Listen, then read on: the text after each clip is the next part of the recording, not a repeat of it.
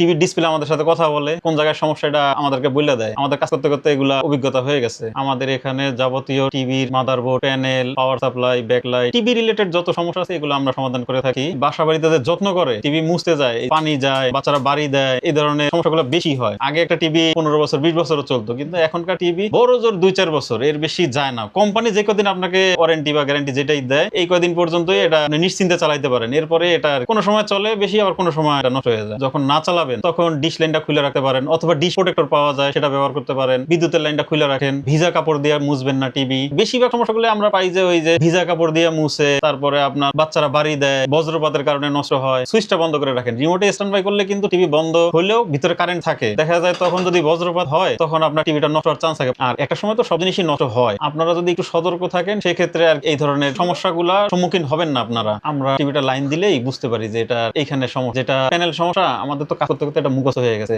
টিভির ডিসপ্লে আমাদের সাথে কথা বলে, কোন জায়গায় সমস্যা এটা আমাদেরকে বলে দেয়। আমাদের কাজ করতে করতে এগুলা অভিজ্ঞতা হয়ে গেছে। অনেক আধুনিক যন্ত্রপাতি বা মেশিন আছে যেগুলো দিয়ে খুব অল্প সময়ের ভিতরে করা সম্ভব। একটা টিভি যদি আপনি কোম্পানিতে দেন মিনিমাম 15 দিন লাগে, আর এটা স্টেডিয়ামে আনলে সর্বোচ্চ 20 মিনিট, আধা ঘন্টা বা 1 ঘন্টা মেজর সমস্যা হইলে। একটা প্যানেল কাজ করতে আমাদের সর্বোচ্চ 5 থেকে 10 মিনিট লাগে, কোনোটা আছে যে 10 সেকেন্ডও হয়ে যায়। ব্যবসা নিয়ে ভবিষ্যৎ পরিকল্পনা হচ্ছে যে আল্লাহ যেহেতু তৌফিক দিছে ব্যবসা করার, চাচ্ছি যে এই ব্যবসাটা দিয়েই চালায় যাইতে। টিভি ঠিক করতে হলে সর্বপ্রথম মিটার, তারপরে তাতাল, হটগান, তারপরে আপনার এই কাজ করার যত আনুষঙ্গিক যন্ত্রপাতি এগুলা লাগে, লেজার মেশিন, বন্ডিং মেশিন, অনেক কিছু লাগে, লাগার শেষ নাই। মাদারবোর্ড লাগে, পাওয়ার বোর্ড লাগে, পার তো লাগবেই। বর্তমানে যদি এই ধরনের ব্যবসা করতে যায়, মেশিন যদি সহ ইনভেস্ট করতে হয় তাহলে আপনার 50-60 লাখ টাকার মতো বাজেট থাকতে হবে। আর মেশিন ছাড়া যদি প্যানেল উঠান, যেমন আমাদের কাছে প্যানেল আছে, বোর্ড আছে, এই ধরনের যদি চিন্তা ভাবনা থাকে যে সার্ভিস প্লাস সেল সার্ভিস দুইটাই যদি রাখতে চান, সেক্ষেত্রে মোটামুটি তো বুঝেনি যে একটা মেশিন সহ 50-60 লাখ টাকা, আর যদি মেশিন ছাড়া শুধু এই সেলস আর সার্ভিস নিয়ে থাকে 20 লাখ টাকার মতো হইলেই হয়ে